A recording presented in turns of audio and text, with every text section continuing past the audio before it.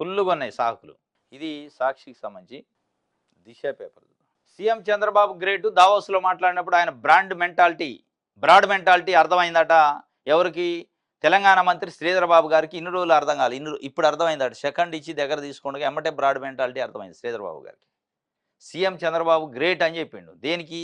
Davos పోయి 80 కోట్ల రూపాయలు ఖర్చు పెట్టి 80 పైసలు తేలేదు, అందుకే కనపడ్డా, లేకపోతే మరి ఎందుకు కనపడ్డా నాకు అర్థం కాలేదు. కానీ ఆయనకైతే కనపడ్డాడు. ఏపీకి పెట్టుబడుల కోసం ఆయన ప్రయత్నాలు అల్టిమేటు. చంద్రబాబుపై తెలంగాణ మంత్రి శ్రీధర్ బాబు ప్రశంసలు అయితే కురిపించిండు.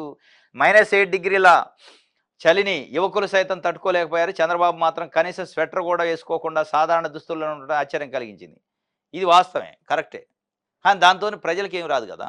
చంద్రబాబు నాయుడు గారు మీరంతా పెద్ద పెద్ద ఇంతలావు స్వెటర్లు వేసుకున్నారు, ఆయన వేసుకోవాలి, గ్రేట్, దాంట్లో డౌటే లేదు. చంద్రబాబు నాయుడు గారు 75 సంవత్సరాల వయసులో కూడా 50-60 సంవత్సరాల వాళ్ళతోని పోటీపడి కూడా పోయిండు.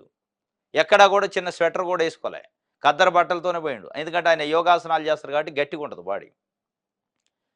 కానీ దురదృష్టం ఏంటంటే ₹1 రాలి, అది బాధ అనమాట. ఇప్పుడు ఆయన ఎముకలు కొలికే చల్లు పోయిందా, అసలు బోలేదాన్ని పక్కన పెడితే డబ్బులు వచ్చినాయా రాలేదనేది మ్యాటర్ ఈడ.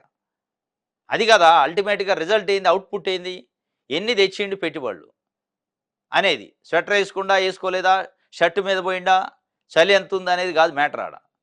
డబ్బులు తెచ్చినవా లేదా అనేది అక్కడ తెస్తే మరి లేదు. కానీ బ్రాడ్ మెంటాలిటీ ఉంది ఆయన. కానీ శ్రీధర్ బాబు గారు చెప్తుండు మరి లేదంటే మరి ఇక మా జోలికి రాకుండా హైదరాబాదులో పెట్టుబడులు వస్తాయి మీకు రావట్లేదు ఫీల్ కాకుండా ఉండటం కోసం చెప్తుండా, ఏం తెలియదు మొత్తానికి.